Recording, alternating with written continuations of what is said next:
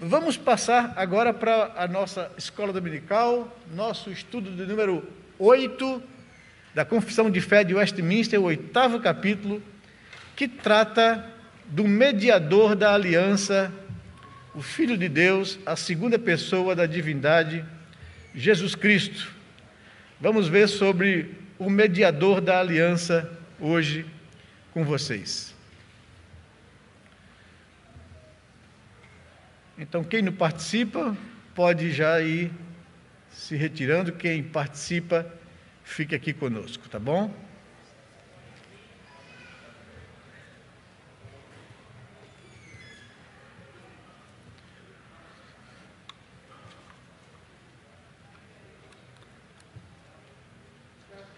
Nós já vimos aqui com vocês 7 lições ou 7 capítulos da Confissão de Fé de Westminster. Nós vimos o primeiro estudo, ou o primeiro capítulo da Confissão de Fé, que trata da Escritura Sagrada, nossa única regra de fé e prática de vida. Nós entendemos que a palavra de Deus, a revelação de Deus, ela é suficiente, ela é inerrante e ela é a autoridade última e final na vida da igreja e na vida de todo crente, né? Nós entendemos que é o Espírito Santo de Deus que a inspirou, que usou homens santos a registrarem aquilo que Deus queria que ficasse para o conhecimento de todos os cristãos em todas as épocas. Esse mesmo Espírito que inspirou a Escritura Sagrada, ele ilumina a nossa mente para compreendê-la, para interpretá-la de forma correta, né? Nós cremos que a igreja não é uma instituição. A igreja é o corpo de Cristo, que faz parte dela todas as pessoas que foram alcançadas pela graça de Deus. A igreja de Cristo, ela se manifesta de forma visível nas denominações cristãs, mas não são as denominações cristãs que são a igreja de Cristo. Elas são a expressão visível da igreja de Cristo.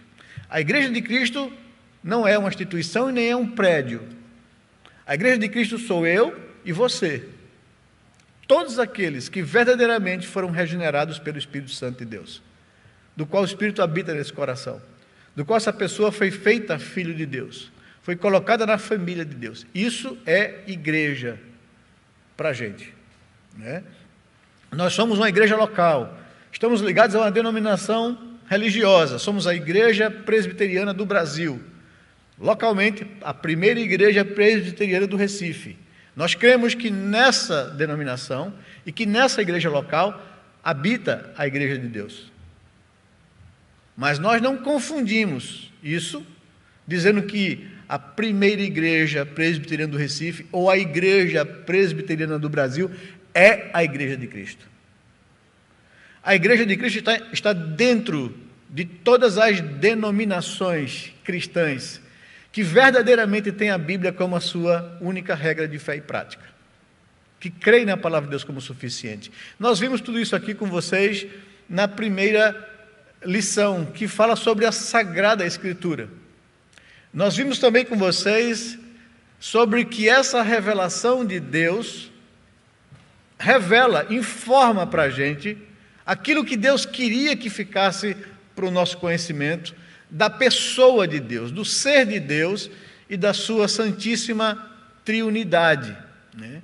Que nesse ser chamado Deus subsistem nele 3 pessoas: o Pai, o Filho e o Espírito Santo, que apesar de serem um único Deus, não se confundem enquanto pessoas, que quem morreu naquela cruz não foi o Pai, nem o Espírito, que quem morreu naquela cruz foi o Filho de Deus, a segunda pessoa da divindade, Jesus Cristo, que assumiu forma humana, que encarnou para cumprir o plano do Pai de salvar o homem criado à sua imagem e semelhança. Então ele se voluntariou, abriu mão da sua glória, assumiu forma humana e se sujeitou às contradições da humanidade que o crucificaram numa cruz, e fez isso de forma voluntária pagando o preço da nossa salvação. Nós vimos isso aqui, Deus o Pai, Deus o Filho e Deus o Espírito Santo, que são iguais em glória, em poder e majestade, né? Mas que cada um deles assumiu um papel naquilo que nós chamamos da economia da salvação, da redenção humana. O Filho se sujeitou ao Pai para cumprir o seu propósito, e o Espírito Santo veio para lançar luz sobre Cristo, sua obra e sua cruz. Então, eles se sujeitaram um ao outro nesse propósito, né, de salvar o homem. E Cristo, por causa disso, recebeu toda a glória. Nós vamos ver isso aqui, né?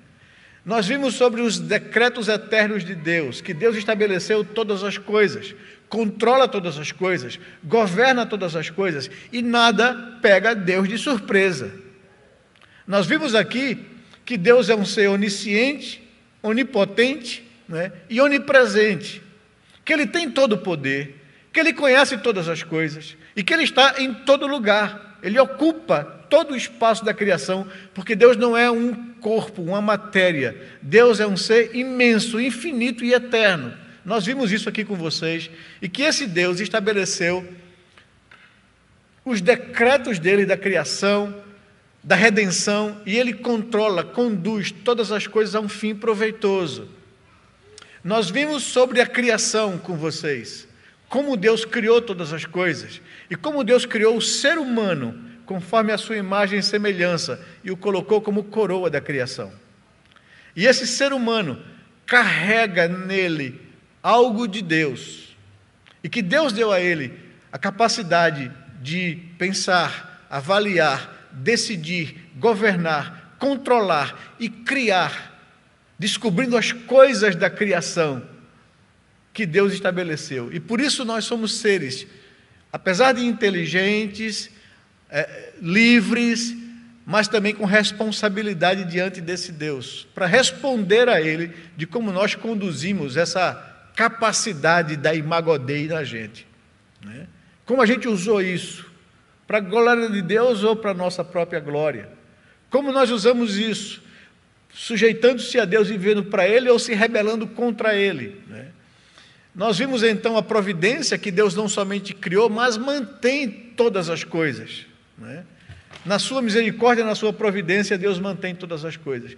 Nós vimos na lição número 6, a queda do homem, como o homem usou mal essa capacidade de arbitrar livremente e escolheu ser autônomo ou independente de Deus, se rebelando contra Ele, não querendo mais viver em submissão à sua vontade, porque roeu a corda, né, da sugestão da serpente, de que se eles comessem daquele fruto que Deus havia proibido, eles não morreriam, ao contrário, eles se tornariam iguais a Deus, ou como Deus. E foi isso, exatamente isso, que eles resolveram ali, decidiram, de não viver mais para Deus, em sujeição a Ele, mas viver para si próprios, sendo eles o Deus da sua própria vida. Viveram de forma autônoma e completamente independente de Deus. Usaram mal, né, essa capacidade de decidir, de avaliar livremente. E com isso caíram do seu estado original e trouxeram a morte e tudo aquilo que é ruim, não somente para a vida deles, mas para a própria criação. Nós vimos na última lição, então, no capítulo 7 da Confissão de Fé de Westminster, que Deus olhou para a sua criação e Deus resolveu fazer uma aliança com esse homem, mesmo ele não merecendo. E Deus fez um pacto com o homem para resgatar a raça humana e para resgatar a criação que for agora perdida por causa da queda. E hoje nós vamos ver sobre o mediador da aliança, do pacto. Esse pacto ele é unilateral, porque o homem não pode fazer absolutamente mais nada, ele está agora morto em pecados. Nós já vimos isso, as consequências da queda. O homem está morto espiritualmente e ele não consegue responder a Deus, nem consertar o mal que causou. Deus então agora faz um pacto dele mesmo, Deus, resgatar esse ser humano. Por isso a necessidade de que alguém que fosse sem pecado, santo, pudesse pagar o preço da culpa do ser humano. E é exatamente aqui, a segunda pessoa da divindade, o Filho de Deus, que se voluntaria para assumir uma forma humana, para estar sujeito à lei e para, como homem, obedecer e ser fiel até o fim, coisa que o primeiro Adão não conseguiu.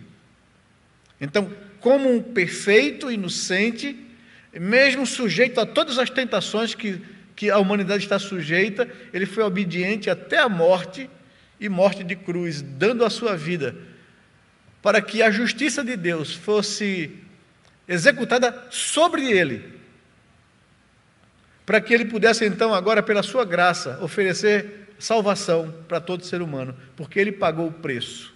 A condenação que era contra nós caiu sobre ele. Então, é isso que o mediador veio fazer, é isso que nós vamos acompanhar vocês aqui.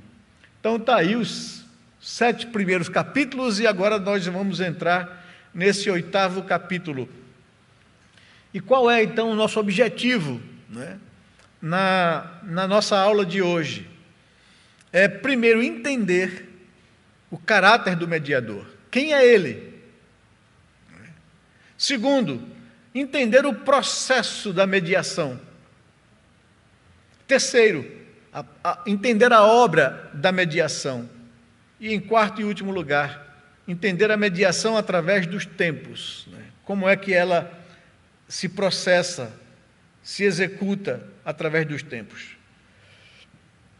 Nós vamos tomar os 2 textos aqui que nos ajudam muito a compreender sobre o mediador da aliança. O livro de Colossenses, carta de Paulo aos Colossenses, capítulo 1, versos de 11 a 20, e o livro de Atos dos Apóstolos, capítulo 4, verso 12. Abra sua Bíblia aí. Se você não tem, ou quem está nos acompanhando, nós temos então o texto aqui também na tela. Colossenses capítulo 1, versos de 11 a 20, nos diz assim a palavra de Deus: sendo fortalecidos com todo o poder, segundo a força da sua glória, e em toda a perseverança e longanimidade, com alegria, dando graças ao Pai, que vos fez idôneos à parte que vos cabe da herança dos santos na luz. Paulo está falando aos crentes em Colossos, ali na Ásia Menor. Ele nos libertou do império das trevas e nos transportou para o reino do Filho do seu amor, no qual temos a redenção, a remissão dos pecados. Este é a imagem do Deus invisível, o primogênito de toda a criação, pois nele foram criadas todas as coisas, nos céus e sobre a terra, as visíveis e as invisíveis, sejam tronos, sejam soberanias, quer principados, quer potestades, tudo foi criado por meio dele e para ele. E ele é antes de todas as coisas. Nele tudo subsiste. Ele é a cabeça do corpo da igreja. Ele é o princípio, o primogênito de entre os mortos, para em todas as coisas ter a primazia. Porque aprouve a Deus, o Pai, que nele, Cristo Jesus, residisse toda a plenitude, e que, havendo feito a paz pelo sangue da sua cruz, por meio dele, reconciliasse consigo mesmo todas as coisas, quer sobre a terra, quer nos céus. E o texto de Atos, capítulo 4, verso 12, nos diz que e não há salvação em nenhum outro, porque abaixo do céu não existe nenhum outro nome dado entre os homens pelo qual importa que sejamos salvos. Então, esses 2 textos vão nos servir de referência nesse nosso 8º estudo da nossa classe Fundamentos da Fé Reformada, que trata e que expõe a confissão de fé de Westminster. Eu espero que a gente tenha condições, porque esse estudo aqui, de fato, é muito tenso, muito intenso e muito conteúdo, né? Se a gente não conseguir acabar ele hoje, a gente continua no próximo domingo, tá certo? Mas vamos lá, vamos caminhar com ele. A introdução do nosso estudo nos diz assim: aprove a Deus, em seu eterno propósito, passei demais aqui, não foi? Aprove a Deus, em seu eterno propósito, escolher e ordenar o Senhor Jesus, seu Filho unigênito, para ser o mediador entre Deus e os homens. Então, isso foi uma resolução de Deus. A gente está citando aqui o Catecismo Maior de Westminster, que explica a confissão de fé. Mas, infelizmente, nem todos entendem isto, nem todas as pessoas entendem isso. Há pessoas que tentam se chegar a Deus, ignorando ou descartando a pessoa de Cristo como o único mediador. Isso se revela completamente inútil. Não tem como um homem consertar a sua relação com Deus, ou transpor a barreira de separação que se estabeleceu entre Deus e os homens por causa do pecado. Não tem como um homem se chegar a Deus e acertar as suas contas com Deus sem Cristo. Não há outro caminho. A Bíblia nos deixa isso bem claro. O próprio Senhor Jesus declarou que eu sou o caminho, a verdade e a vida. E ninguém vem ao Pai senão por mim. Então não há atalhos e não há outro caminho para levar o homem de volta a Deus, para consertar as coisas que foram quebradas na queda, senão por meio de Cristo. A palavra de Deus é muito clara em mostrar que não há outro caminho.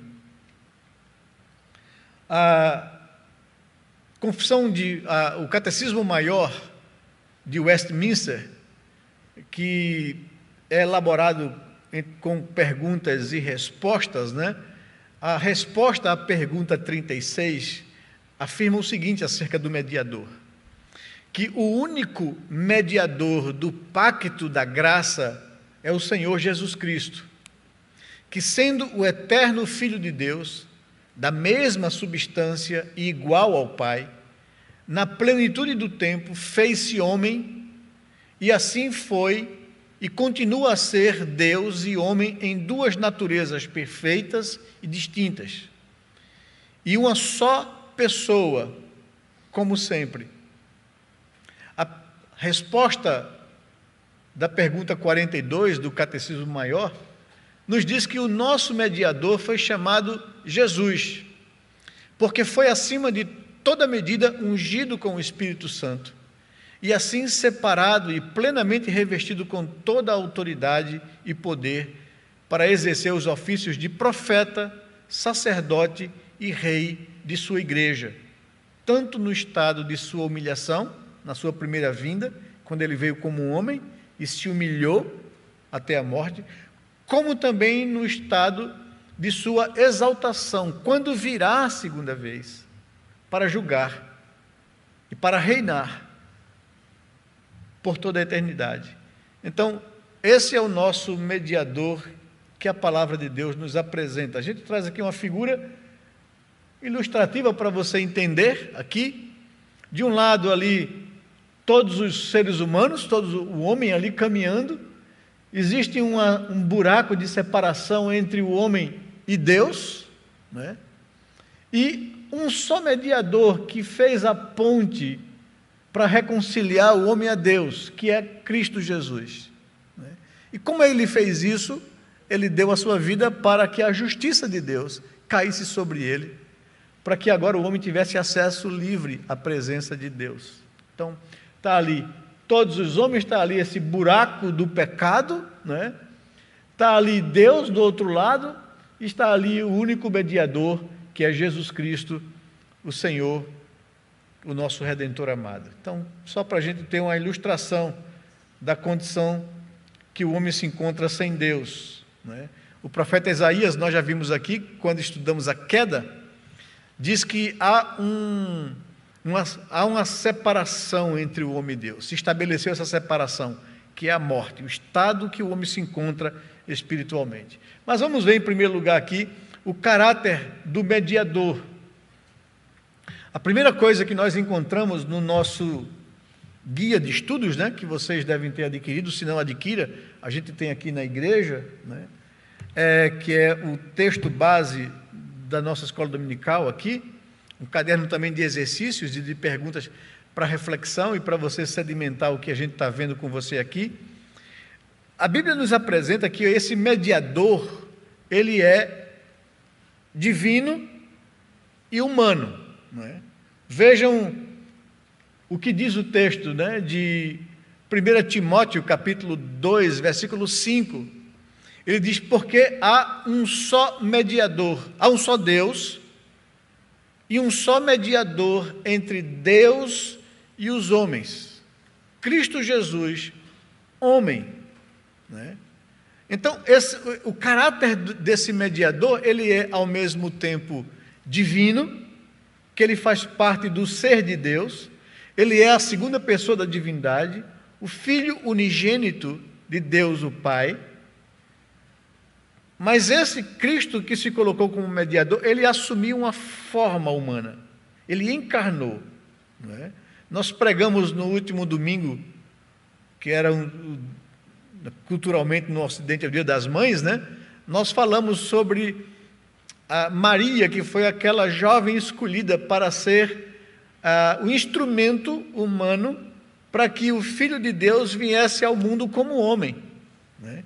E por isso nós destacamos lá que ela é a mãe mais importante da história, porque ela foi a pessoa que Deus o Pai escolheu para ser então o instrumento de Deus para trazer o seu filho ao mundo, e que esse nascimento, e que essa gestação, e que essa concepção não seria fruto natural de uma relação, mas ela seria envolvida pelo Espírito Santo, a terceira pessoa da divindade, e geraria no seu ventre o Filho de Deus. Então Deus encarnou ali para ser o mediador da aliança, porque para ser o mediador da aliança, ele precisava receber no seu corpo, na sua carne, a condenação que caiu sobre a humanidade. E ele tinha que se sujeitar a todo tipo de provação e tentação que a humanidade está sujeita, diferente de Adão, sem cometer pecado, né? E essa é uma outra coisa assim difícil da gente pensar enquanto teólogos, né? Que na pessoa humana, no homem Jesus, havia possibilidade de cair. Porque ao assumir uma forma humana, ele se sujeitou a esse risco. E o mérito dele está no fato de que ele foi obediente ao Pai até a morte, e morte de cruz. Por isso a gente vai ver no final que ele conquistou para si, por causa da sua obra, toda a autoridade para salvar. Então, o mediador, ele é ao mesmo tempo que divino, humano. Ele é 100% Deus e 100% homem, que a nossa mente não consegue capturar isso de forma plena e perfeita. A Bíblia só nos informa isso, só nos revela isso. Mas além desse caráter divino humano do mediador, ele é também profeta, segundo os textos aí de Lucas capítulo 7, versículo 16, eu vou ler aqui na palavra de Deus, Lucas 7,16, fala que dos 3 ofícios que se apresentam no Antigo Testamento, né, profeta é aquele que fala da parte de Deus ao homem, sacerdote é aquele que intercede a Deus pelos homens, né? E rei é aquele que domina, que governa entre os homens. Jesus Cristo, ele é profeta, sacerdote e rei, né? É isso que a Bíblia nos ensina. Em Lucas capítulo 7, verso 16, ela nos diz que todos ficaram possuídos de temor e glorificavam a Deus, dizendo: grande profeta se levantou entre nós e Deus visitou o seu povo. O povo fica aqui entusiasmado com Jesus, com o seu poder. Ele estava ressuscitando o filho da viúva de Naim. E quando o povo vê aquilo ali, o povo diz extasiado: Deus, que ficou em silêncio 400 anos, nos períodos interbíblicos, desde o profeta Malaquias até o advento do Messias, que o povo ficou assim, sem ouvir a voz de Deus pelos profetas. Agora vem Jesus, como um grande profeta que Deus levantou entre nós, e Deus teve misericórdia e voltou a visitar o seu povo, né? Vocês viram aqui o pastor Augusto pregando que essas aparições de Deus no Antigo Testamento não era uma coisa assim que acontecia todos os dias. Às vezes passava anos e anos, né? E Deus visitou Abraão depois de não sei quantos anos, e agora visita Abraão para confirmar a sua promessa. Então, o profeta é aquele que é enviado por Deus para falar ao coração do povo da parte de Deus. Então, Jesus é profeta. Atos capítulo 3, versículo 22, fala também dessa qualidade, desse caráter do mediador, como profeta de Deus, como aquele que fala da parte de Deus. Disse, na verdade, Moisés: o Senhor Deus vos suscitará dentre vossos irmãos um profeta, semelhante a mim. A ele ouvireis em tudo quanto vos disser. Então Moisés faz essa profecia lá 1500 anos antes aqui de Cristo vir ao mundo, falando que ele será, o Messias será um profeta de Deus. Também ele é sacerdote. Hebreus capítulo 7, versículos 20 a versículo 28, fala de que Jesus é um sacerdote que intercede por nós e que nós podemos descansar o nosso coração nesse sacerdote, que não é sacerdote humano, mas é divino, e por isso ele pode nos socorrer. Diz o verso 20: e visto que não é sem prestar juramentos, porque aqueles juramentos são feitos sacerdotes, mas este com juramento por aquele que ele disse: o Senhor jurou e não se arrependerá. Tu és sacerdote para sempre, se referindo a Cristo. Por isso mesmo, Jesus se tem tornado fiador de superior aliança. Ora, aqueles que são feitos sacerdotes em maior número, porque são impedidos pela morte de continuar. No Antigo Testamento, Deus levantou uma casta de sacerdotes da tribo de Levi. E por que tantos sacerdotes? Porque nenhum era eterno. Todos eles morriam e precisavam ser substituídos. E ele fala, com Jesus, não. Ele não precisa disso, porque ele é sacerdote para sempre, né? No verso 24, ele diz que este, no entanto, porque continua para sempre, tem o seu sacerdócio imutável. Por isso também pode salvar totalmente os que por ele se chegam a Deus, vivendo sempre para interceder por eles. Com efeito, nos convinha um sumo sacerdote como este, santo, inculpável, sem mácula, separado dos pecadores e feito mais alto do que os céus, que não tem necessidade, como os sumos sacerdotes, de oferecer todos os dias sacrifício, primeiro por seus próprios pecados, depois pelos do povo, porque fez isto uma vez, Jesus, por todas, quando a si mesmo se ofereceu.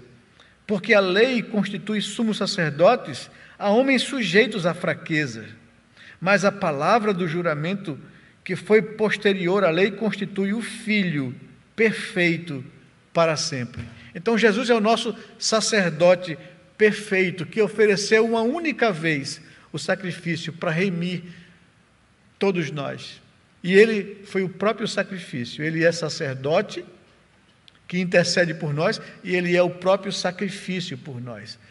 Por isso ele é o nosso sacerdote. E também rei.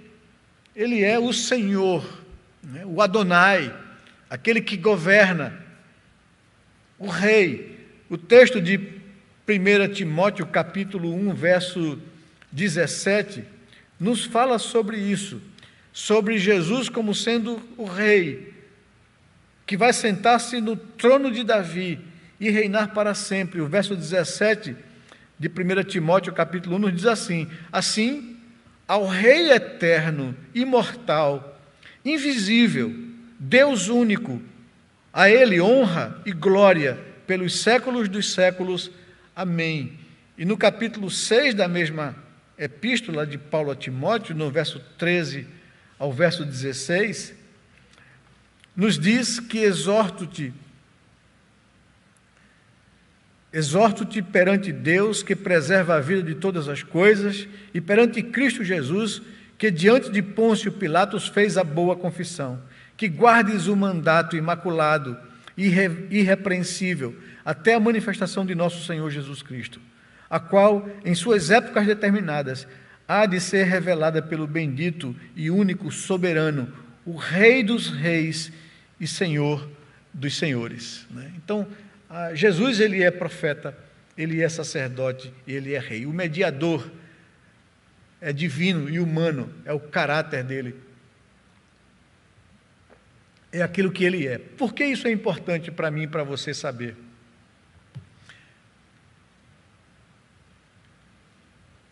É porque são duas coisas que uma fé verdadeira e bíblica estão ancoradas. Quando a Bíblia diz que o justo viverá por fé, quando a Bíblia diz que creia no Senhor e será salvo tu e tua casa, que aquele que crê será salvo, o que é essa fé? Essa fé, ela não é uma fé genérica, ou ela não é uma fé que seja confundida com credulidade. Ela é uma fé baseada ou fundamentada em duas coisas acerca do Messias. Primeiro, é uma fé que crê no caráter ou na identidade do Messias. Ele é Deus, que se fez homem. Então, se uma pessoa negar isso acerca de Cristo, essa pessoa não tem fé bíblica ou fé verdadeira. E, consequentemente, essa fé não é fé salvadora. Então, uma fé salvadora está primeiramente baseada na identidade do Messias. Crer em Cristo, na sua identidade, no seu caráter, como Deus. Ele é Deus, ele é a segunda pessoa da divindade, que assumiu forma humana. E a segunda coisa que a fé está fundamentada é na obra dele. A obra dele na cruz, o seu sacrifício, a entrega da sua vida, a morte, e a sua vitória sobre a morte, a sua ressurreição, nós vamos ver aqui, é suficiente para justificar-me dos meus pecados. Então eu creio na identidade de Cristo e creio na suficiência da sua obra. Se alguém não tem a fé nessas duas verdades, essa fé não é uma fé salvadora, não é uma fé bíblica e não salva.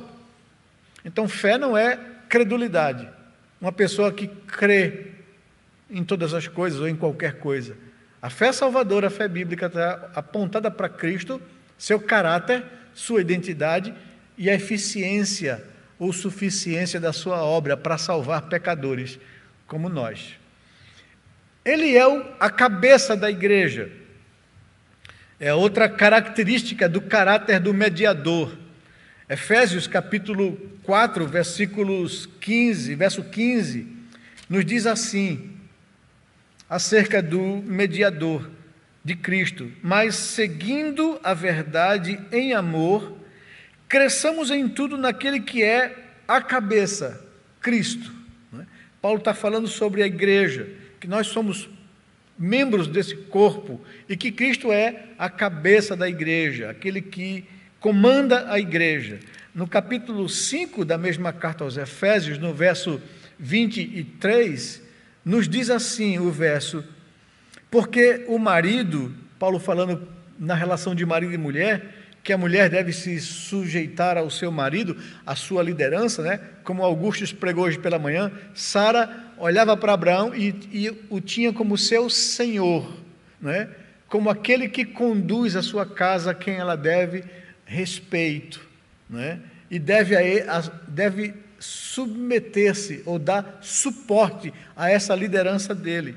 Aí Paulo, escrevendo aqui às mulheres e aos homens, falando para as mulheres, ele diz assim: porque o marido é o cabeça da mulher, como também Cristo é o cabeça da igreja, né? Assim como Cristo conduz a igreja, né? Lidera a igreja, se responsabiliza por ela, assim também o marido em relação ao seu papel na família. Ele tem essa responsabilidade diante de Deus. Por isso, a esposa deveria dar suporte. A palavra submissão significa isso na Bíblia, né? É uma missão de apoio, uma missão de suporte. Suportar o seu marido na responsabilidade que ele tem de responder a Deus pelo bem da família, né? Então, ele tem essa carga ou responsabilidade, e a mulher precisa ser a sua ajudadora, suportadora, auxiliadora, né? É isso que significa ser submissa, né? Ou dar o suporte ou o apoio. Ele também é o juiz do mundo, ele julgará o mundo quando vier na sua exaltação. O apóstolo João, escrevendo o seu evangelho, no capítulo 5 do seu evangelho, nos versos 22 e verso 27, ele fala isso. No verso 22 diz assim: e o Pai a ninguém julga, mas ao Filho confiou todo o julgamento. Então Cristo Jesus virá um dia para julgar toda a humanidade.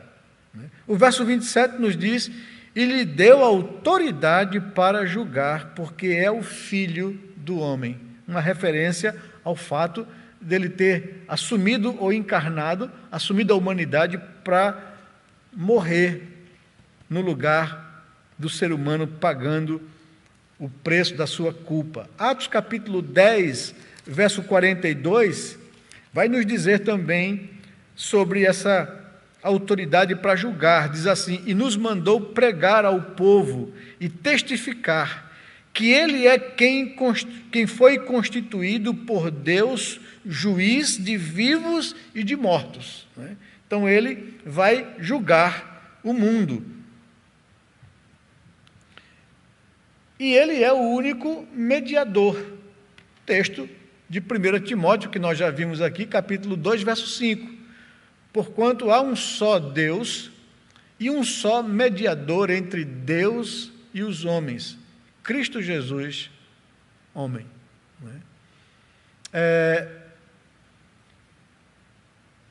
A parte do cristianismo que se institucionalizou a partir do quinto século e tomou, acho que o nome, a partir do sexto, sétimo século, como o cristianismo ocidental, a Igreja Católica Apostólica Romana, né?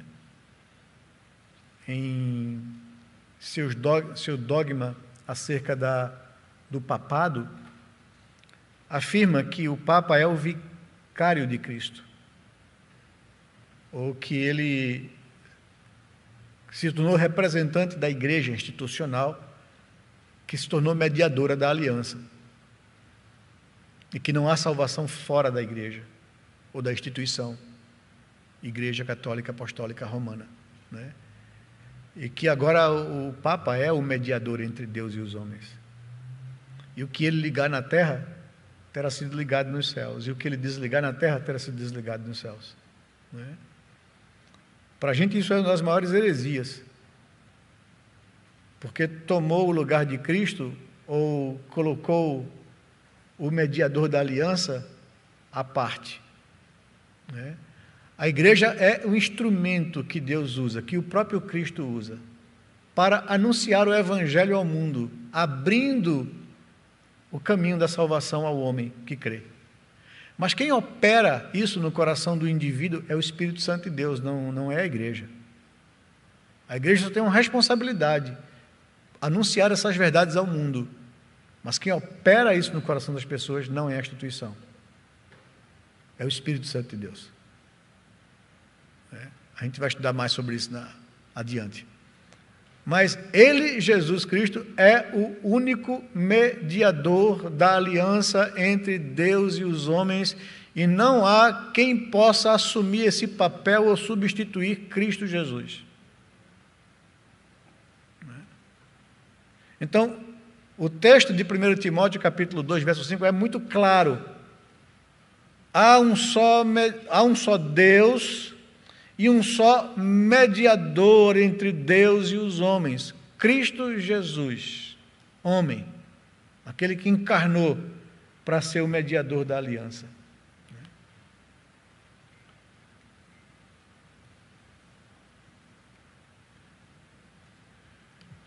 É o único mediador, né? E não há salvação em nenhum outro, pois debaixo do céu não há nenhum outro nome dado entre os homens pelo qual devamos ser salvos, né? Igreja não salva, religião não salva, homem nenhum tem capacidade de garantir salvação para qualquer ser humano, a não ser Cristo Jesus, né? Então é isso que o texto de Atos capítulo 4, versículo 12 está dizendo: não há salvação em nenhum outro, pois debaixo do céu não há nenhum outro nome dado entre os homens pelo qual importa que sejamos salvos. Vocês veem como é intenso, a gente só está no primeiro ponto, né? Então, eu acho que não vai dar tempo para a gente acabar esse estudo hoje não, mas graças a Deus, não tem problema não. A gente tem que entender bem e se embasar bem sobre nosso mediador Jesus Cristo. E Ele tem todo o poder, toda a autoridade lhe foi dada. Mateus capítulo 28, verso 18, é o texto da grande comissão, quando Jesus ressurreto, agora fala para os seus discípulos, os apóstolos, dando a eles esta ordem. Ele aparece aos apóstolos e aparece aos que creem, e dá a ele essa ordem, que eles deveriam ir pelo mundo e fazer discípulos de todas as nações, batizando aqueles que creem em nome do Pai, do Filho e do Espírito Santo, e ensinando-os a guardar todas as coisas que eles tinham aprendido do Senhor. Ele faz uma promessa: eu estarei com vocês todos os dias, até a consumação dos séculos. Por isso vão e façam discípulos. Mas antes dele dar essa ordem, ele embasa a razão pela qual eles deveriam ir ao mundo e fazer discípulos sem medo, sem temor. Ele diz no verso 18: eu conquistei pela obra que eu realizei na cruz toda a autoridade nos céus e na terra. Então, é com base na autoridade que eu conquistei pela minha obra na cruz que vocês devem ir e fazer discípulos. Não é na força de vocês, não é na capacidade de argumento ou de convencimento de vocês. Não são vocês que vão converter as pessoas. Vão debaixo da minha autoridade, porque eu conquistei o direito de salvar quando entreguei a minha vida para que nela fosse cumprido o juízo de Deus. Agora o homem pode ser salvo. Ofereça ao homem a salvação pela graça. Eles não têm que fazer nada. Eles não têm que fazer penitências. Eles não precisam fazer boas obras para serem salvos. Eles só precisam crer que o que eu fiz naquela cruz é suficiente para salvá-los. Vão e façam discípulos. Chamem as pessoas para não viverem mais para si mesmos, mas para mim. Ensine essas pessoas as coisas que eu ensinei a vocês. Toda a autoridade me foi dada nos céus e na terra. O nosso mediador conquistou o direito de salvar. Por isso a nossa salvação não está baseada naquilo que a gente é, porque a gente nunca vai conseguir alcançar o padrão de Deus. Nós somos pecadores. E ainda que regenerados, ainda que justificados pelo sangue de Jesus, nós continuamos pecadores. E se a gente for olhar para a gente, para basear nossa salvação no que a gente faz, estamos todos perdidos aqui. Mas a nossa salvação está no que Cristo conquistou por nós. E é por causa disso que a gente quer viver para Ele, agradá-lo e acertar com Ele. E quando a gente não conseguir, numa circunstância da nossa vida, quando a gente pecar contra Deus, Ele já resolveu o que precisa ser feito. Arrependa-se, admita, confesse a Deus o seu fracasso, o seu pecado.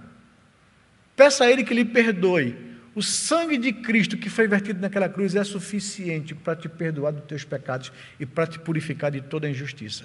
E você ande de volta no caminho, viva para fazer a vontade de Deus. E todas as vezes que você tropeçar, arrependa-se, admita, confesse, peça a Deus perdão. O sangue de Cristo é suficiente para perdoar todo o seu pecado. Isso é que é a vida cristã. Não é? Nenhum de nós vai alcançar a perfeição. Vamos correr atrás de ser santos, não para ser salvo, mas porque somos salvos. Vamos correr atrás para agradar a Deus, porque Ele morreu na cruz por nós, porque Ele pagou o preço da nossa salvação. As boas obras precisam ser feitas não para ser salvos, mas porque nós já fomos salvos. Porque queremos agradar a Deus.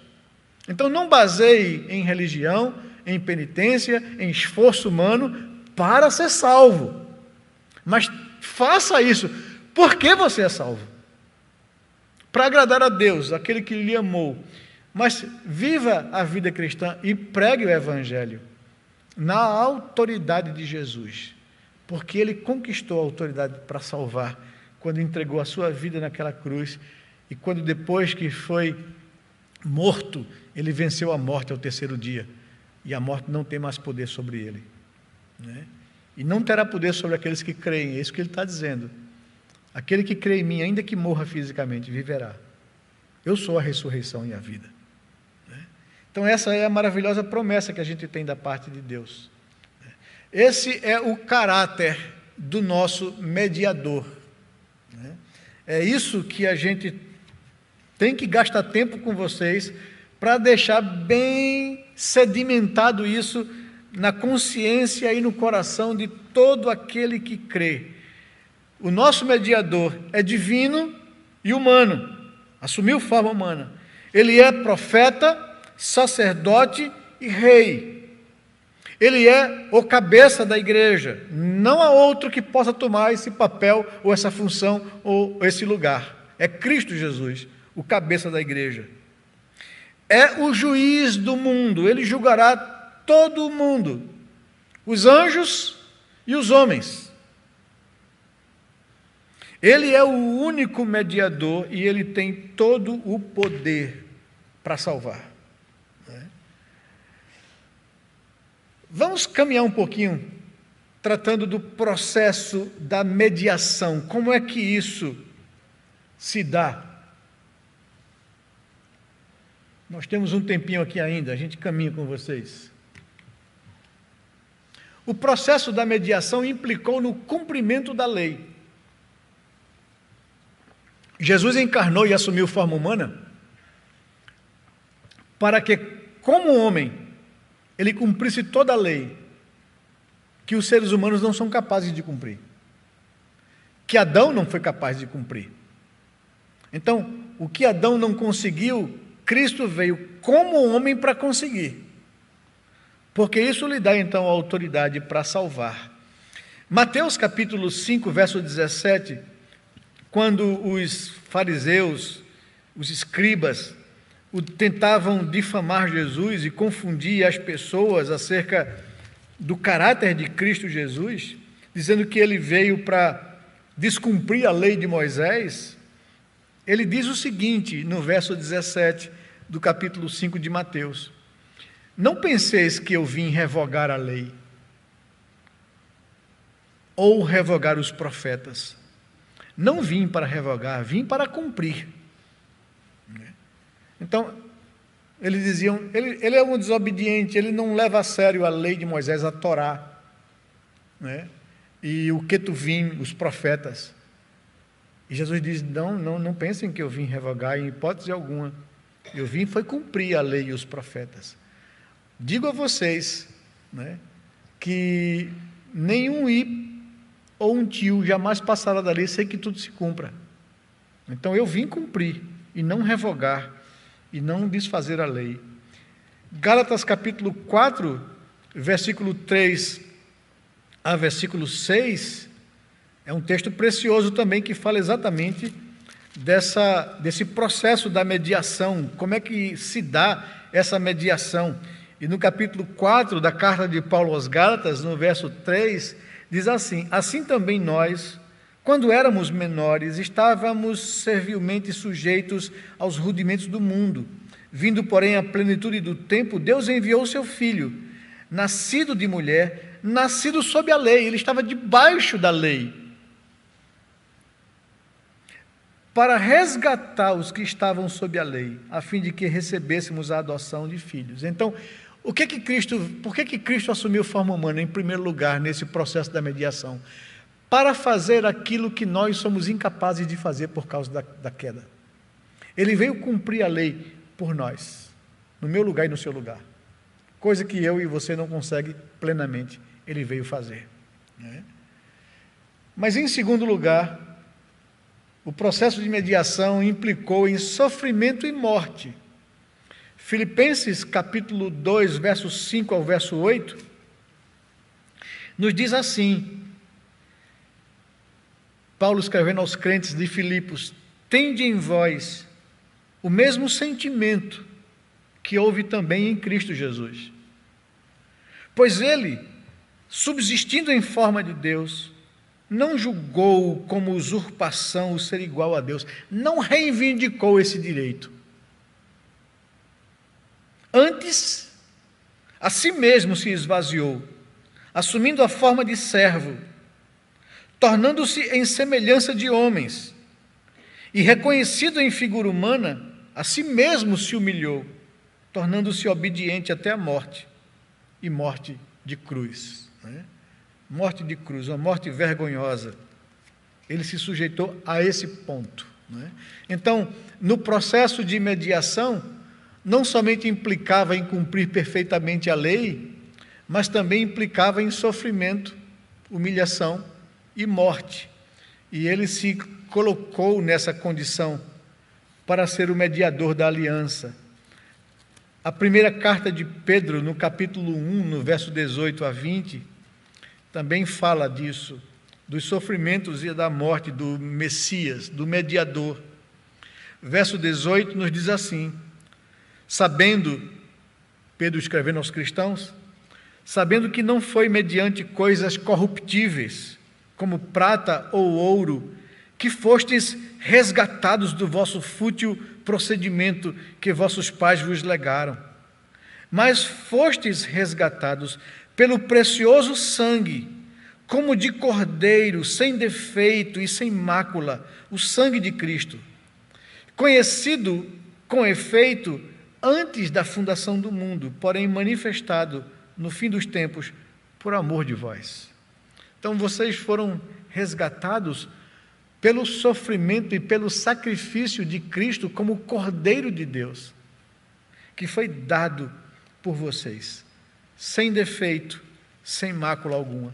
O capítulo 3, verso 18, da mesma carta de Pedro, nos diz o seguinte, acerca dos sofrimentos do Messias: pois também Cristo morreu uma única vez pelos pecados, o justo pelos injustos, para conduzir-vos a Deus, morto sim na carne, mas vivificado no Espírito. Então, no processo da mediação, o Messias não somente teria que cumprir perfeitamente a lei, mas teria que sofrer e ser morto em nosso lugar. Mas implicou também em vitória sobre a morte. Não adiantaria de nada ele somente ter dado a sua vida, mas ele deu a sua vida e ele retomou a sua vida. Isso faz de Cristo diferente de todo e qualquer outro líder religioso no mundo, porque todos estão mortos, mas ele ressuscitou, ele venceu a morte. Ele não poderia ser vencido pela morte, ele entregou-se à morte voluntariamente, Mas ele venceu a morte, como havia prometido, e isso implica nesse processo de mediação, a vitória do mediador, que não foi vencido pela morte. O texto de Atos, capítulo 2, verso 24, nos fala sobre isso, sobre a vitória do Cordeiro, do Messias, sobre a morte. A morte não pôde ter domínio sobre ele. Ninguém poderia matá-lo, ele mesmo deu a sua vida voluntariamente e tornou a tomá-la, né? Diz o verso 24 de Atos capítulo 2, ao qual, porém, Deus ressuscitou, rompendo os grilhões da morte, porque não era possível fosse ele retido pela morte. E no capítulo 13, no verso 37 do livro de Atos, fala o seguinte acerca do Messias: porém aquele a quem Deus ressuscitou não viu corrupção. Paulo, escrevendo aos Coríntios, vai dizer que o mesmo Espírito que operou no Messias, o levantando da morte, é o mesmo Espírito que opera em mim e em você. E se ele foi poderoso para ressuscitar a Cristo da morte, é poderoso para me dar vitória na minha vida cristã. Então eu preciso confiar nesse Espírito e depender dele. Então, nesse processo de mediação, Cristo assumiu forma humana para cumprir perfeitamente a lei, para sofrer e morrer em nosso lugar e para vencer a morte, que é o nosso maior inimigo. Por isso, todo aquele que nele crê não ficará na morte, mas ressuscitará no último dia. É essa promessa da palavra de Deus. No processo de mediação, ele continua através da obra intercessória de Cristo. Ele não somente fez tudo isso, mas agora, na presença do Pai, venceu a morte e foi assunto aos céus, ele intercede por nós, pela nossa vida. Romanos capítulo 8, verso 34, nos diz o seguinte acerca dessa obra intercessória do mediador por nós, a sua igreja. 8:34 nos diz assim: quem nos condenará? É Cristo Jesus quem morreu, ou antes, quem ressuscitou, o qual está à direita de Deus e também intercede por nós, né? Ele está lá à direita de Deus e intercede por nós. Por isso, Paulo diz aos Romanos: quem é que nos condenará? Se a gente tem um intercessor como o mediador da aliança, que deu a sua vida por nós. Hebreus, no capítulo 7, no verso 23, vai falar também desse ministério de mediação do nosso Redentor amado. Capítulo 7 da carta aos Hebreus, verso 23, nos diz assim: ora, aqueles são feitos sacerdotes em maior número porque são impedidos pela morte de continuar. Este, se referindo a Cristo, no entanto, porque continua para sempre, tem um sacerdócio imutável. Por isso, também pode salvar totalmente os que por ele se chegam a Deus, vivendo sempre para interceder por eles. Então, nós temos Jesus Cristo à direita de Deus Pai, intercedendo por nós, né? E 1 João, capítulo 2, versículo 1, ele nos diz um texto muito conhecido, né? Dizendo: filhinhos meus, essas coisas eu vos escrevo para que vocês não pequem. Então, o objetivo de Deus na vida do crente é que ele não peque. Por que Deus não quer que a gente peque? Porque Deus sabe que o pecado vai estragar a nossa vida, quebra a nossa comunhão com Ele, rouba a nossa paz, nos esmaga com a culpa. E Deus não quer isso para a minha vida. Deus quer o meu bem. Deus quer que eu viva com a consciência tranquila. Deus quer que eu tenha comunhão com Ele, íntima. E o pecado estraga isso, além de afetar a vida de pessoas que estão ao nosso redor. Então, o propósito de Deus para a minha vida e para a sua vida é: filhinhos meus, diz João aqui, essas coisas eu vos escrevo a vocês para que vocês não pequem. Mas se por acaso, continua o texto, alguém pecar, não se desespere. Nós temos um advogado junto ao Pai, Jesus Cristo, o justo. Não é? Então, tem alguém que intercede por nós, diante de Deus Pai. Quando você peca, tem um promotor aí, né, o diabo, que faz questão de acusar você. Olha ali o crente, né? Se diz teu filho. Olha o que ele fez. Né? Mas a gente tem um advogado junto ao Pai dizendo, de fato, ele fez, ele pecou. Mas eu já paguei o preço do pecado dele. Esse é o argumento do advogado. Ele não vai buscar brechas na lei para livrar a gente da culpa. Ele não vai dizer a Deus, não, Senhor, o bichinho. Não. Ele vai dizer, ele pecou, Pai. Ele transgrediu. Mas eu já paguei o preço no lugar dele. Esse advogado que usa esse argumento, ele é honesto. Ele não nega o fato do pecado.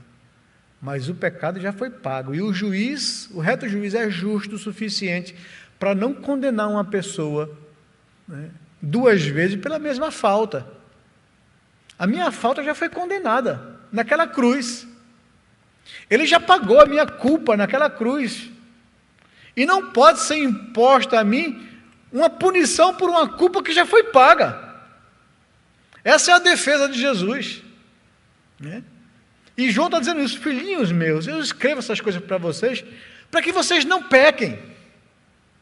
Mas se por acaso vocês pecarem, saibam, vocês têm um advogado junto ao Pai, Jesus Cristo, o justo. E o texto continua, no verso 2, ele é a propiciação, o pagamento pelo vosso pecado.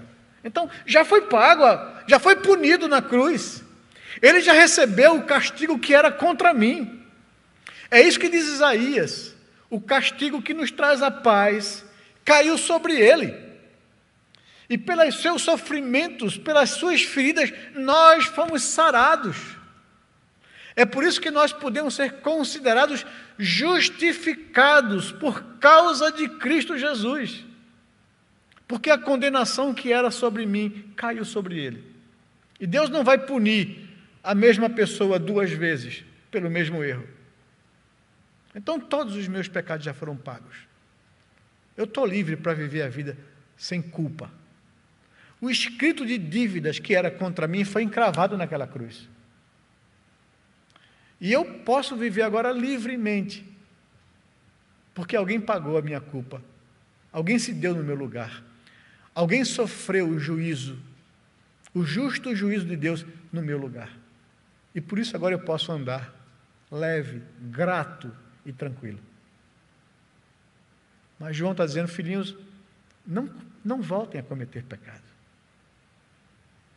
Mas porque ele sabe também que a nossa natureza é corrupta, ele vai dizer, mas se por acaso vocês cometerem, recorram ao advogado que vocês têm. Ele está junto ao Pai. Ele é justo. E ele foi o próprio pagamento pela culpa de vocês.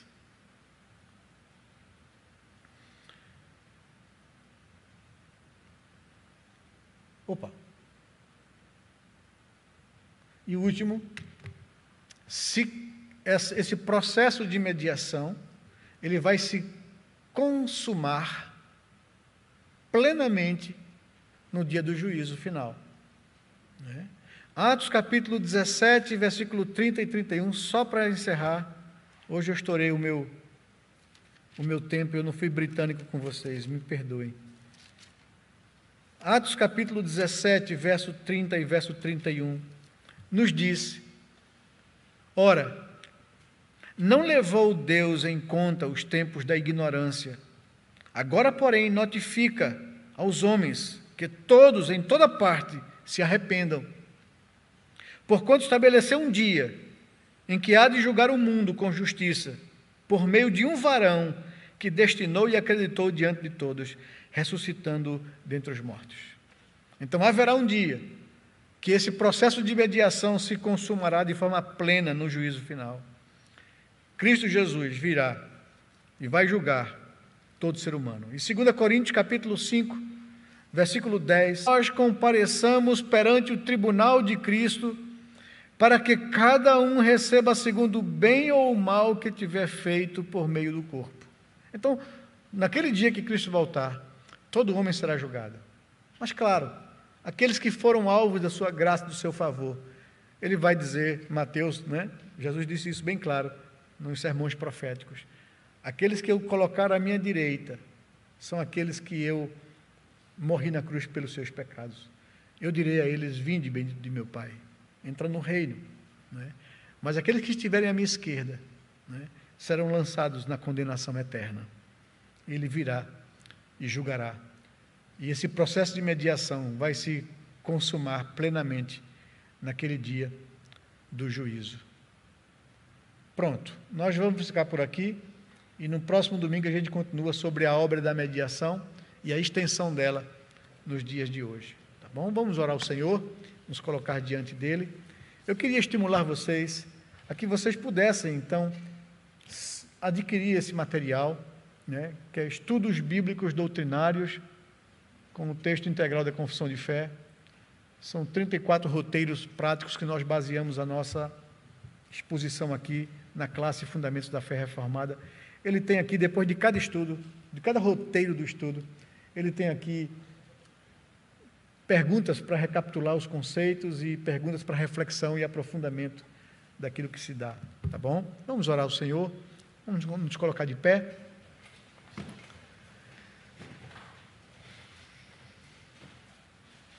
Pai amado, muito obrigado por Tua palavra, por Tuas promessas, muito obrigado pela Tua obra de redenção, Senhor. Estaríamos todos nós aqui perdidos, debaixo de juízo e de condenação, com senso de culpa, diante do Deus justo e eterno, o Deus santo, que não admite, Senhor Deus, pecado. E que quando nós, em Adão, nos rebelamos contra o Senhor, nos tornamos sujeitos à condenação, a mesma que o Senhor estabeleceu para os anjos quando se rebelaram contra Ti. Mas muito obrigado, porque o Senhor não nos deixou largado à nossa própria sorte. O Senhor nos amou, o Senhor providenciou um meio para nos resgatar da condenação. O Senhor enviou o Teu Filho, e o nosso amado Jesus se voluntariou para se tornar homem à semelhança de nós, ó Senhor Deus, e passar por todas as provações e tentações que nós passamos. Com uma diferença: Ele foi fiel até o fim e não cedeu ao pecado. E por isso, Senhor Deus, é justo, inocente, santo, e mesmo assim entregou a sua vida em lugar de pecadores como nós. Obrigado, Jesus, pelo Teu grande amor, por Tua grande misericórdia. Obrigado, Senhor Deus, pela coragem de se dar naquela cruz em nosso lugar. Faz com que essas verdades possam causar um efeito transformador na nossa vida e no nosso coração, Senhor. Que a gente entenda o preço que foi pago pelo nosso resgate. Que a gente tenha gratidão em nosso coração. Que a gente reconheça que somos incapazes de responder perfeitamente e plenamente ao Senhor. Que o Teu Espírito Santo produza em nosso coração novo nascimento, regeneração, fé salvadora, para que a gente deposite toda a nossa esperança e confiança em Cristo Jesus. Opera isso no coração do Teu povo, Senhor Deus, para que sejamos igreja de verdade, corpo de Cristo, gente regenerada, gente transformada, gente justificada, que vive a sua vida não mais para si mesmo, mas que vive a sua vida para o Senhor, para a sua honra e glória, dispondo a sua vida e aquilo que Ele tem para a glória do Teu nome e avanço do Teu reino. Usa-nos como canal, Senhor Deus, dessas boas novas ao mundo. É o que nós Te pedimos com coração grato pela Tua maravilhosa salvação. Em nome de Jesus, Pai. Amém, Senhor Deus.